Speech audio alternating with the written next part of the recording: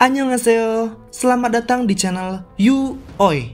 Monggo di subscribe, like, and comment. Dan jangan lupa aktifkan loncengnya agar tak ketinggalan updatean terbaru dari gua. Gua pribadi dengan sebesar-besarnya sangat berterima kasih dan mendoakan kalian semua yang mensupport channel ini agar bisa menuju 1000 subscriber. Gua semangat, kalian pun puas. Kamsahamnida. Video kali ini gua akan melanjutkan dari video sebelumnya, yaitu komik manhwa Ticket Hero. Sebelum memulai, gua mau opening baru lagi nih. Halo semuanya, gimana kabarnya? Harus sehat selalu ya. By the way, udah berapa lama nih komik gak dilanjutin? Tetapi tenang, kali ini gua akan ngelanjutin komik ini nih. Sebelum dibahas, rilekskan tubuh kalian. Kalau ada headset, pakai headsetnya. Dan kalau ada cemilan, monggo ngemil dah. Dan terakhir, enjoy the watch.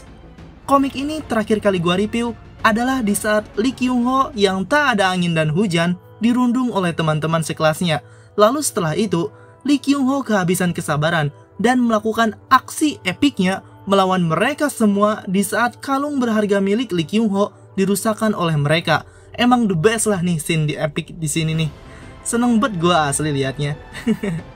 Dan di saat itu pula, tanpa disengaja, Lee Kyung-ho bertemu dengan seseorang yang dapat melihat arwah untuk meminta bantuan kepadanya. Oh iya, by the way, di sini gue sebagai pembaca ngerasa dibodoh-bodohin asli dah. Tapi tenang dulu, gue gak mau spoiler lebih jauh lagi. Kita bahas dulu komiknya, oke? Dan lalu, apakah yang terjadi dengan Lee Kyung-ho? Entahlah, gue juga kagak tahu. Kita akan tahu nanti. Oke, gas. Cerita dimulai di siang hari di pemukiman rumah Lee Kyung-ho. Lee Kyung-ho sedang duduk mengingat kembali obrolan dengan malaikat maut, yaitu Sira Je-juen. Ternyata gua masih ingat namanya.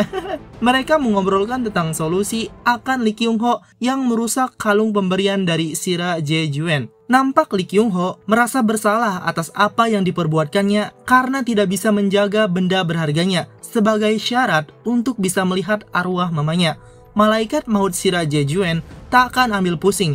Dirinya akan langsung memperbaiki kalung pemberiannya yang telah dirusakkan oleh perundung Lee Kyung-ho dengan cepat. Dan dalam sekejap mata, kalung tersebut langsung pulih seketika kembali seperti sedia kala seperti barang baru. Sesuai janji yang diucapkan malaikat maut Sira Je-juen kepada Lee Kyung-ho, dirinya akan memberi 100 lembar tiket yang sebelumnya belum diserahkan kepada Lee Kyung-ho.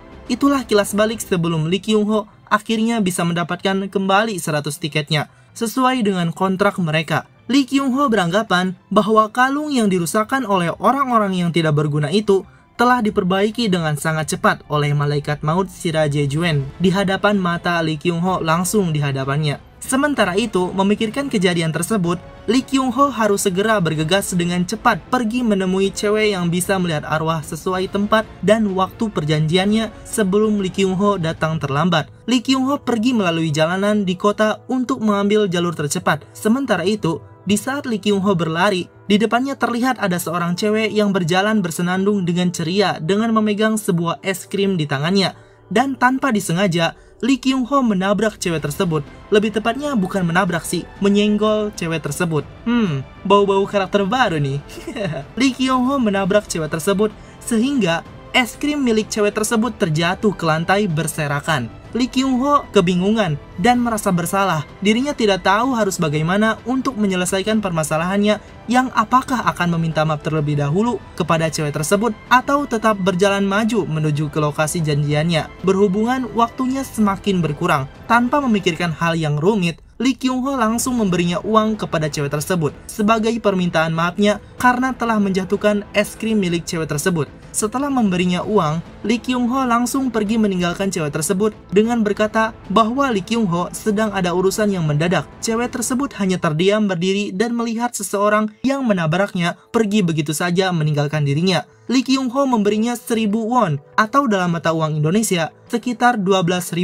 Wah, lumayan juga ya, es krim segitu hanya 12.000. Cewek tersebut melihat pemberian uang dari Lee Kyung-ho dan langsung berteriak memanggil seseorang yang menabraknya. Cewek tersebut berkata, "Apa? Itu karena kau tidak tahu. Apa? Kau saja yang tahan." Terlihat cewek tersebut bukan memanggil seseorang yang menabraknya, tetapi seperti berbicara sendiri.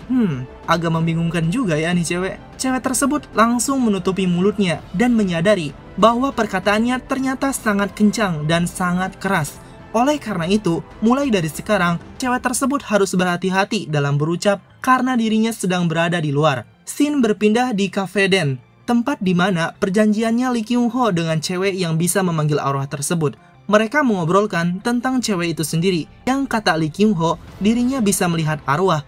Jadi oleh karena itu, Lee Kyung Ho mencari cewek tersebut untuk bisa melihat arwah mamanya. Cewek tersebut menatapi Lee Kyung Ho dan merenungkannya. Lalu cewek tersebut tersenyum dan mengatakan bahwa memang benar dirinya bisa melihat arwah dan akan menolong Lee Kyung Ho untuk menemukan arwah mamanya semampu dirinya bisa melakukannya. Lee Kyung Ho tersenyum bahagia karena dugaannya ternyata benar bahwa cewek tersebut bisa melihat arwah, dan beruntungnya cewek tersebut mau membantu Lee Kyung Ho untuk mencari arwah mamanya. Cewek tersebut tertawa malu dengan mengatakan bahwa Lee Kyung Ho benar-benar imut. Imut katanya. Kok dejavu ya? Cewek tersebut memperlihatkan cincin ungunya kepada Lee Kyung Ho. Dirinya mengatakan bahwa jika memakai cincin tersebut, maka penggunanya mempunyai kemampuan telekinesis yang bisa merasakan kekuatan arwah yang sangat besar.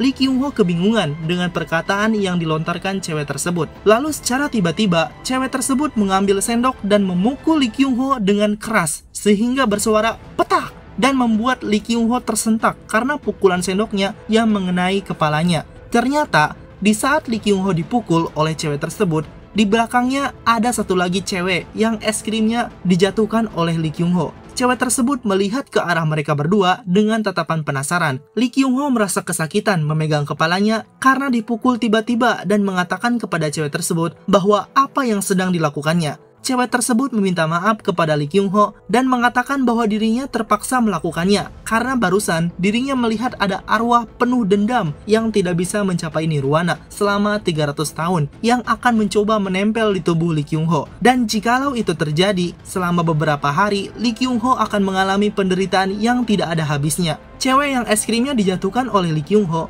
melihat dan melewati mereka berdua. Dirinya menganggap bahwa pria yang menabrak dirinya atau Lee Kyung Ho itu sedang dibodohi oleh cewek tersebut. Nah, di sini gua makin penasaran nih, apa maksudnya ini nih? Dan gua ada dugaan kalau ini nih pasti ada maksudnya. Lee Kyung Ho yang mendengar pernyataan dari cewek tersebut langsung meminta maaf kepadanya dan berterima kasih kepada cewek tersebut. Cewek tersebut mengatakan bahwa itu bukanlah apa-apa baginya dan tidak perlu berterima kasih kepada dirinya. Cewek tersebut mengatakan kembali bahwa di dalam keluarganya secara turun-temurun selalu melakukan hal aneh tersebut. Siang harinya di sekolah, lalu malam harinya menerima pelanggan sesuai aplikasi. Sesuai pesanan.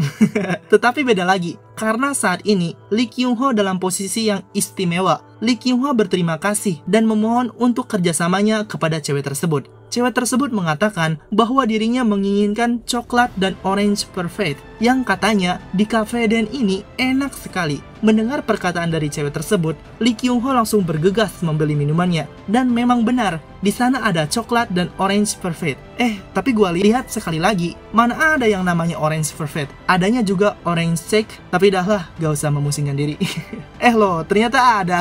Lee Kyung Ho menerima es krimnya, yaitu coklat dan orange perfect. Dan ternyata total harga es krimnya 20.000 won. Kalau dirupiahkan, hampir sekitar 240.000 rupiah. Buset, mahal bet dah tuh es krim. Lee Kyung Ho membawa es krimnya sembari dirinya memikirkan kira-kira bagaimana rupa arwah yang selama ini dirinya tidak tahu penggambarannya. Dan menurut perkataan malaikat maut Sira Jejuen, Lee Kyung Ho bisa melihat arwah jikalau dirinya melakukan kontak fisik kepada cewek tersebut. Dan kebetulan, sekarang masih ada kesempatan. Lee Kyung Ho akan memastikannya langsung kepada cewek tersebut. Di saat Lee Kyung Ho berjalan menuju cewek tersebut, cewek itu melirik ke arah kiri dan melihat bapak-bapak dengan tampang seramnya. Lee Kyung Ho mengurungkan niatnya untuk melakukan kontak fisik kepada cewek tersebut. Karena jikalau dirinya melakukannya, maka Lee Kyung Ho akan dituduh sebagai orang mesum oleh cewek tersebut. Karena resiko besar tersebut, Lee Kyung Ho tidak akan melakukannya secara sembrono. Lee Kyung Ho mendatangi cewek tersebut, tetapi tanpa disadari oleh Lee Kyung Ho, cewek tersebut tiba-tiba menghilang. Dan ternyata, Lee Kyung Ho melihat cewek tersebut bukan karena menghilang, tetapi berlari dari kafe tersebut karena sedang dikejar oleh bapak-bapak yang ada di belakangnya. Lee Kyung Ho kebingungan karena mengapa dan kenapa cewek tersebut dikejar-kejar oleh seseorang tanpa tahu apa yang sebenarnya terjadi. Dan tanpa berlama-lama, Lee Kyung Ho langsung berlari mengejar cewek tersebut yang diduga bahwa cewek tersebut berada dalam situasi yang berbahaya. Tepat di saat akan berlari mengejar cewek tersebut, di depan Lee Kyung Ho terlihat ada cewek yang es krimnya terjatuh oleh Lee Kyung Ho, sedang berjalan dan bernyanyi membawa sesuatu di tangannya. Wah, apakah ini ada maksudnya? Pasti kesenggol lagi dah. Dan benar sekali, Lee Kyung Ho menyenggol cewek tersebut dan sesuatu yang ada di tangannya terjatuh berserakan ke lantai, yang ternyata isi di dalamnya adalah sebuah kaleng makanan kucing. Lee Kyung Ho terus berlari tanpa menyadari bahwa dirinya menabrak lagi cewek tersebut dan menjatuhkan barangnya lagi. Cewek tersebut kesal dan marah, lalu berteriak mengatakan, lagi-lagi orang bodoh itu lagi. Di dalam perjalanan mengejarnya, Lee Kyung Ho kehilangan jejak cewek tersebut karena memasuki kerumunan yang ada di kota tersebut.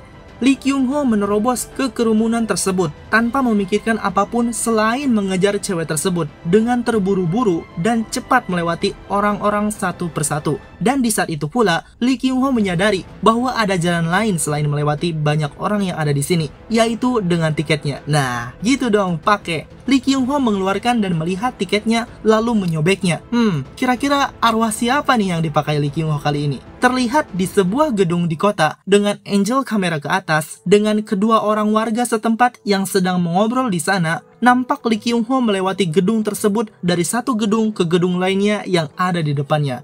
Dah, yang ditunggu-tunggu. Kekuatan arwah ketiga yang dipakai oleh Lee Kyung Ho. Arwah yang bernama Silpyo Kator dengan tahun wafat 1952 dari tahun 1900 dengan kemampuan Raja Lompat Jauh. Sekedar informasi, Silpyo Kator atau dengan nama panjang Silpyo Kator adalah seorang atlet dari negara Haiti yang paling sukses dalam berkompetisi lompat jauh dan lompat ganda selama tahun 1920-an sampai 1930-an. Dan oleh karena itu, dirinya memenangkan 2 medali perak olimpiade dalam lompat jauh dan mencetak beberapa rekor dunia di kedua malam itu. Sehingga Silpyo Kator dijuluki Raja Lompat Jauh. Lee Kyung Ho mendarat di balkon gedung locatannya dan dirinya bergerak ke sana kemari mencari cewek yang sedang dikejar-kejar tersebut. Karena sudah terlalu lama Lee Kyung Ho membuang-buang waktu hanya untuk berlari tanpa tahu sedang berada di mana cewek tersebut berada. Lee Kyung Ho terus melompat dan mencari ke sana kemari. Dirinya mengkhawatirkan jika akan terjadi sesuatu hal yang gawat kepada cewek tersebut jikalau Lee Kyung Ho telat menolongnya. Setelah lama meloncat ke sana kemari, Lee Kyung Ho akhirnya menemukan cewek tersebut tepat berada di bawahnya, yaitu yang sedang berlari tanpa henti. Lee Kyung Ho langsung melompat turun dari gedung yang ditempatinya menuju ke bawah tempat cewek tersebut berlari. Sementara itu,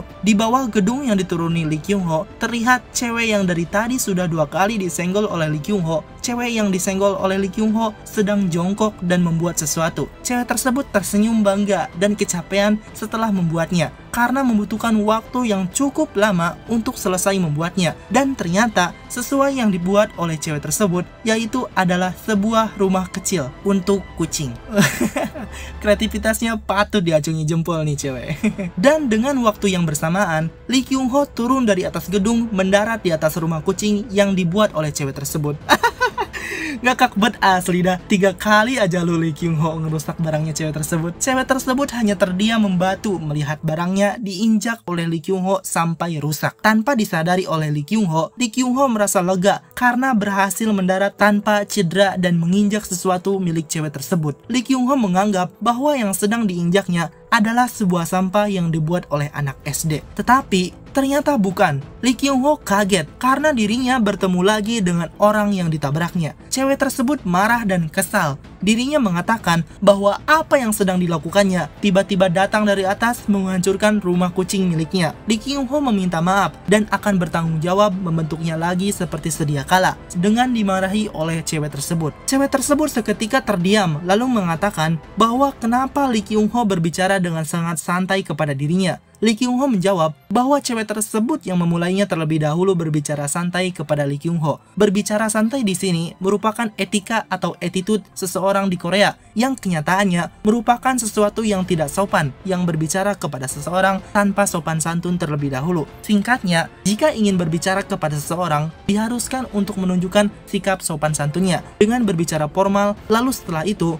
membuat kesepakatan dari kedua belah pihak tanpa disadari atau disadari untuk berbicara informal formal atau berbicara santai. Di saat sedang membentuknya kembali, Lee Kyung Ho menyadari bahwa cewek tersebut adalah orang yang es krimnya dijatuhkan oleh dirinya. Dan di saat seperti ini, padahal Lee Kyung Ho sedang terburu-buru untuk menyelamatkan cewek tersebut, Lee Kyung Ho menganggap bahwa ini benar-benar merepotkan karena secara kebetulan dirinya mendarat tepat di atas sampah tersebut. Lee Kyung Ho harus segera cepat-cepat menyelesaikan lalu pergi mencari cewek tersebut.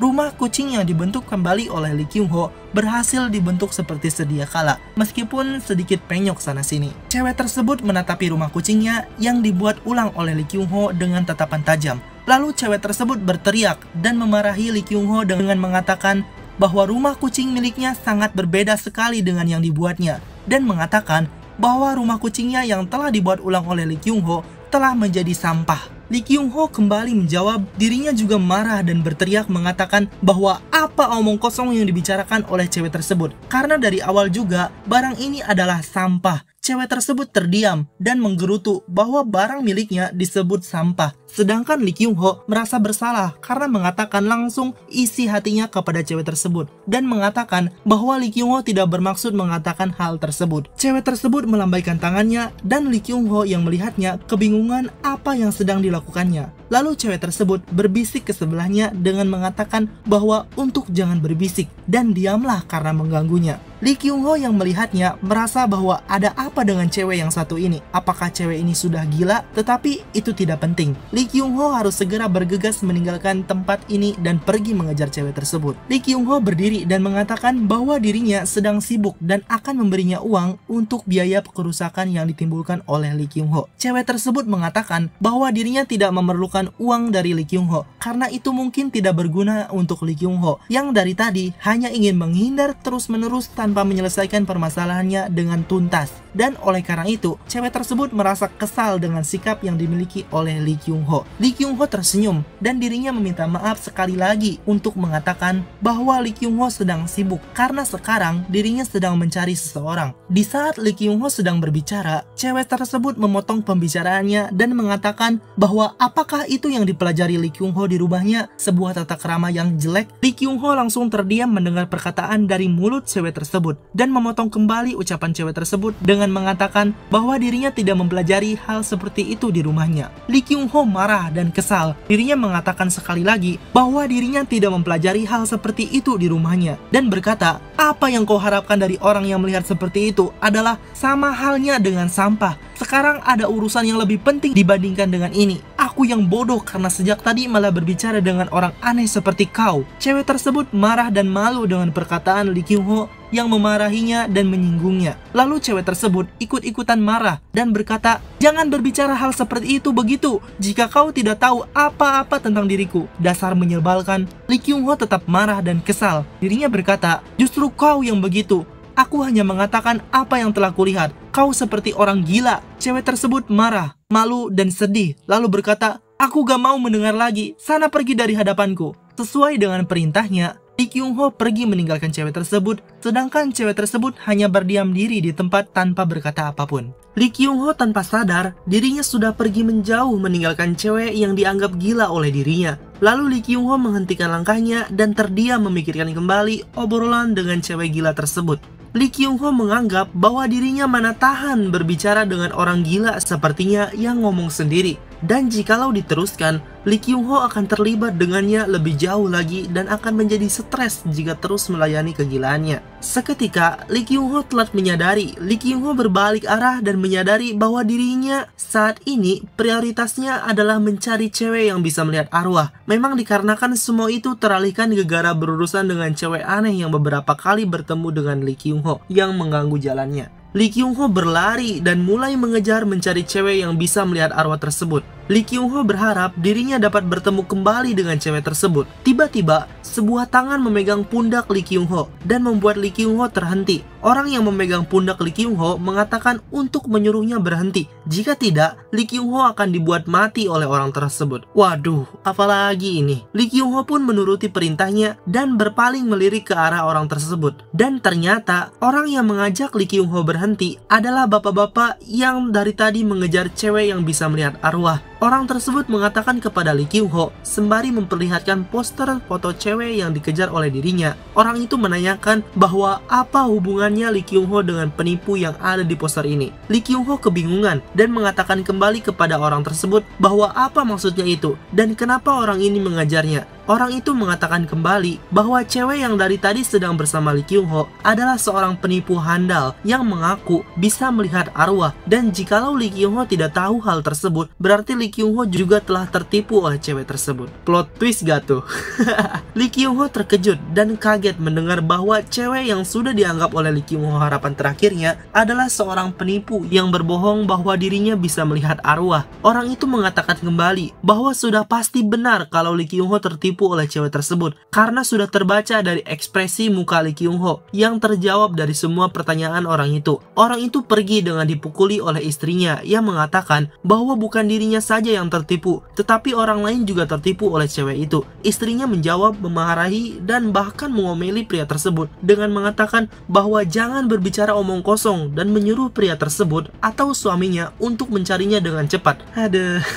Lee Kyung-ho hanya terdiam berdiri di tempat sembari shock karena merasa dibodoh-bodohi oleh cewek tersebut. Nah, ini nih, gegara ini nih. Dari awal gue juga bilang gue sebagai pembaca ngerasa dibodoh-bodohin, asli dah.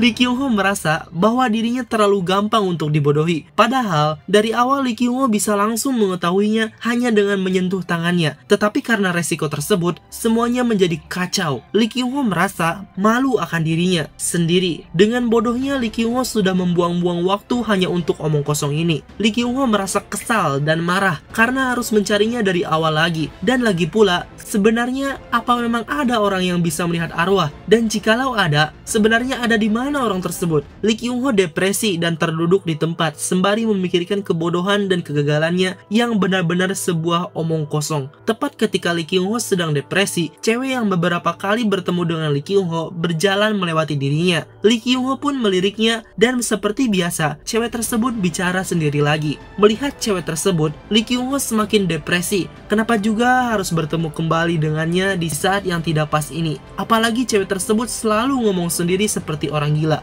Cewek tersebut berkata, "Konyol, kau yang kurang ajar juga berpikir begitu kan? Bagaimana bisa kau mengatakan itu? Lain kali kalau aku melihat lagi kau, akan kuhajar kau." Lee Kyung-ho langsung melirik ke arah cewek tersebut di saat cewek itu mengatakan kata-kata terakhirnya dan membuatnya semakin yakin dengan dugaannya. Lee Kyung-ho menyuruh cewek tersebut untuk berhenti. Lalu cewek itu pun berhenti, dan setelah berhenti, Lee Kyung-ho berlari menghampirinya dan memegang tangannya. Canda-canda, lanjut. Sembari akan memegang tangan cewek tersebut, Lee Kyung-ho berpikir bahwa bagaimana jika cewek tersebut ngomong sendiri bukan karena gila, melainkan dan apa mungkin kristal ungu yang bersinar itu adalah... Cewek tersebut melirik ke arah Lee Kyung-ho dan Lee Kyung-ho bersiap-siap untuk menerima kenyataan yang ada. Dan ternyata semua petunjuk dari malaikat maut Shira Jae-juen terpecahkan. Seseorang yang dapat melihat arwah tersebut adalah seorang cewek dengan mata berwarna ungu atau kristal ungu yang bersinar, itulah maksudnya. Astaga, akhirnya ketemu juga meskipun tadi di prank dikit. Bener-bener dan ya autor. Lee Kyung-ho terdiam dan merasa senang karena telah menemukan seseorang yang dicari seklise ini. Lalu Lee Kyung-ho melihat dan semakin melihat ke sekitarnya yang ternyata ada banyak arwah yang berkeliaran di tempatnya. Nah, itulah chapter kelima dari komik manhwa Ticket Hero, yang dimana Lee Kyung-ho telah menemukan seseorang yang dapat melihat arwah untuk bisa bertemu kembali dengan mamanya. Seru juga nih komik. Kira-kira apa selanjutnya yang akan dilakukan Lee Kyung-ho? Kita akan tunggu di video selanjutnya. Terima kasih yang udah nonton sampai selesai. Kamsahamnida.